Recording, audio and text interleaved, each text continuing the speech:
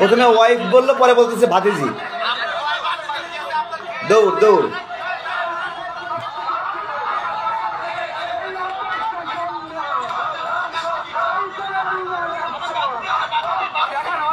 এই দেখেন মাস্ক পরা, মাস্ক পরা। এখানে মেজরিটি অনেক ছেলেপেলে আছে যারা মাস্ক পরে ছাত্রলীগ নেতারা এখানে আসছে।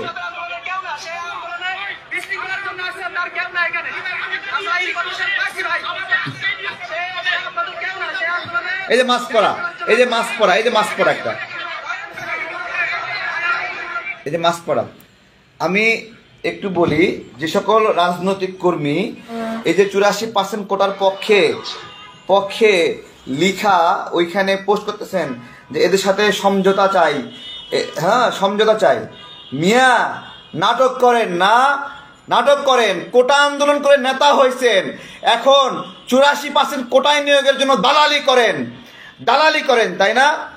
দালালি করেন। এই নেতাগিরি মানানোর জন্য এই কোটা আন্দোলন করছিলেন, তাই না? তারপরে কোটা আন্দোলন শেষ করে বলেন আমাদের ক্যারিয়ার শেষ, আমার বাড়ি ভাড়া দাও, আমার আমার আমার ক্যারিয়ার শেষ, আমাকে তোমরা খাওয়াও। হ্যাঁ হ্যাঁ, তুমি নেতা হয়েছো, তোমাকে খাওয়ানো এখন দেশের দায়িত্ব। তুমি চাঁদাবাজি করবা, ধান্দাবাজি করবা, কোনো ব্যবসা বাণিজ্য করবা না, চাকরি করবা না, বলবা ক্যারিয়ার শেষ, আমি ব্যাংকার হইতাম, আমি শিক্ষক হইতাম, আমাকে এখন তোমরা খাওয়াও। এখন আইসা কোটার পক্ষে ফেসবুকে পোস্ট দাও তোমরা, তাই না? কোটার পক্ষে 84% কোটায় শিক্ষক নিয়োগ হবে, তাই না? হাইকোর্টে আমরা রিট করছি, রিট করে থামাই দিছি যে আমরা আর একটা শিক্ষকও কোটায় নিয়োগ দিতে দেব না। যদি ভুয়া ডাক্তার দিয়ে আমরা চিকিৎসা করাতে না চাই, ভুয়া শিক্ষক দিয়ে, কোটায় নিয়োগ পাওয়া শিক্ষক দিয়ে আমরা কেন আমাদের সন্তানদেরকে পড়াবো? কেন পড়াবো? ছাত্রলীগ নেতারা এখানে ঢুকে বিশৃঙ্খলা করছে, ছাত্রলীগ নেত্রীরা এখানে মুখে মাস্ক পইরা চিল্লায় এখানে মরে যাচ্ছে, ঠিক আছে? আর এখানে কোটার আন্দোলনকারী কয়েকটা আছে, এরা কোটার আন্দোলন করে নেতা হইয়া ভিক্ষাবৃত্তি কইরা বিকাশে টাকা নিয়ে চলে, আজকে বলে এদের সঙ্গে সমঝোতা করতে। হ্যাঁ, এদের সঙ্গে সমঝোতা করতে। তাহলে তুই কোটা আন্দোলন কেন করছিস ভাই? বল বল কেন করছিস? এরা একটা মুখে কুলুপ দিয়ে রাখছে। আমরা দীর্ঘদিন ধরে বলতেছি যেটা অন্যায় সেটা একবারের জন্য অন্যায়। হাইকোর্ট থেকে বলছে না যে 93% মেধায় নিয়োগ দিবে, এই বলার পর থেকে সকল কোটার নিয়োগ অবৈধ এবং একবারের জন্য অবৈধ, অর্ধেকের জন্য অবৈধ। অবৈধ মানে অবৈধ। আমরা আমাদের সন্তানদেরকে কেন আমরা কোটায় নিয়োগ দেওয়া শিক্ষকের কাছে পড়াবো? আমাদের টাকা দিয়ে, আমাদের ভ্যাট ট্যাক্সের টাকা দিয়ে। কে চাকরি পাবে না, কার রুজি নাই, কার চাকরি হচ্ছে না, কার মা অসুস্থ, এইটা দেখে আমি আমার সন্তানকে অযোগ্য শিক্ষকের কাছে আমি কেন পড়াবো? আমরা বেস্ট টিচার চাই।